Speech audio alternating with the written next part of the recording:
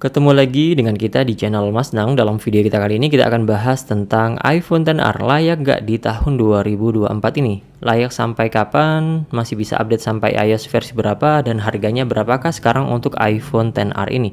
iPhone XR adalah salah satu iPhone yang dirilis di tahun 2018, di mana iPhone XR ini adalah salah satu iPhone yang cukup laris di tahun 2018-2019 dibandingkan Pro Series-nya ya, dimana iPhone XR ini menggunakan chipset Apple A12 Bionic yang tentunya sama yang digunakan pada iPhone XS dan juga iPhone XS Max sebagai iPhone Pro Series-nya.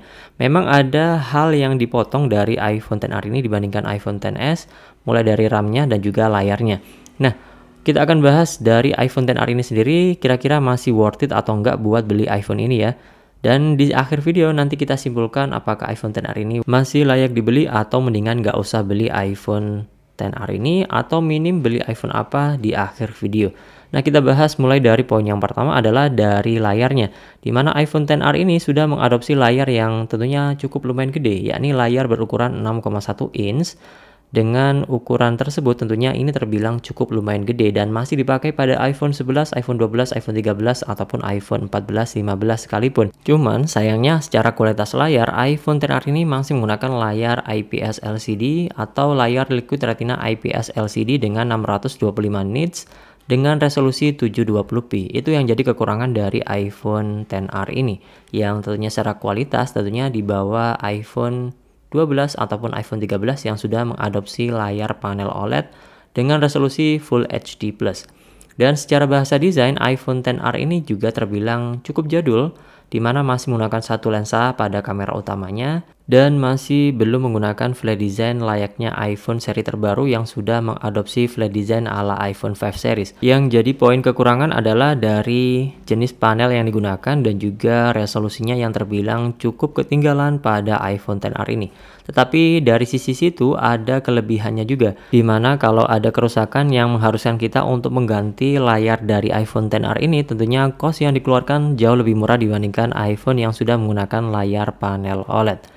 Jadi ada sisi kekurangan dan juga kelebihannya dari poin layar iPhone XR itu sendiri. Kemudian masuk ke poin yang kedua adalah dari spesifikasinya.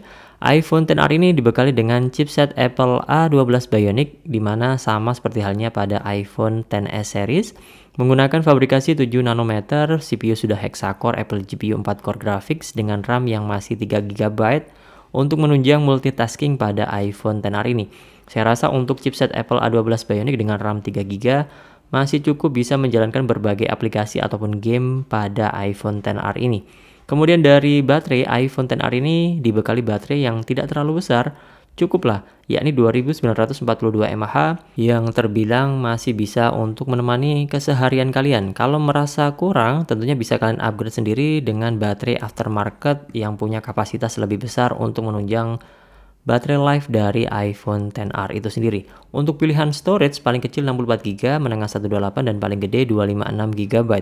Dari spek kameranya, iPhone XR ini dibekali hanya satu lensa saja pada kamera utamanya, berukuran 12 megapiksel lensa wide dengan optical image stabilizer, sudah mendukung untuk HDR, dan untuk merekam video, iPhone XR ini pada kamera utamanya bisa maksimal di 4K 60 fps dan bisa juga untuk HDR serta stereo sound recorder.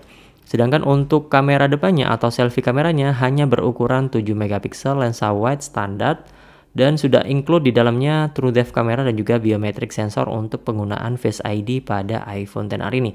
Karena memang iPhone XR ke atas tentunya sudah menggunakan Face ID, tidak lagi menggunakan Touch ID layaknya iPhone SE 2 ataupun iPhone SE generasi yang ketiga.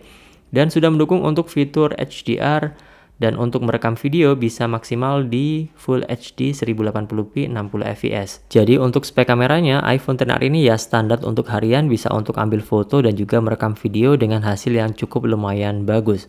Kemudian dari sisi fitur, iPhone XR ini ya standar, sudah mendukung untuk fitur dual SIM karena memang iPhone XR, iPhone XS adalah iPhone pertama yang memang sudah mendukung untuk fitur dual SIM pada iPhone. Sudah menggunakan IP67 water resistant up to 1 meter untuk 30 menit. Kemudian sudah mendukung Apple Pay, NFC, fast charging, wireless charging.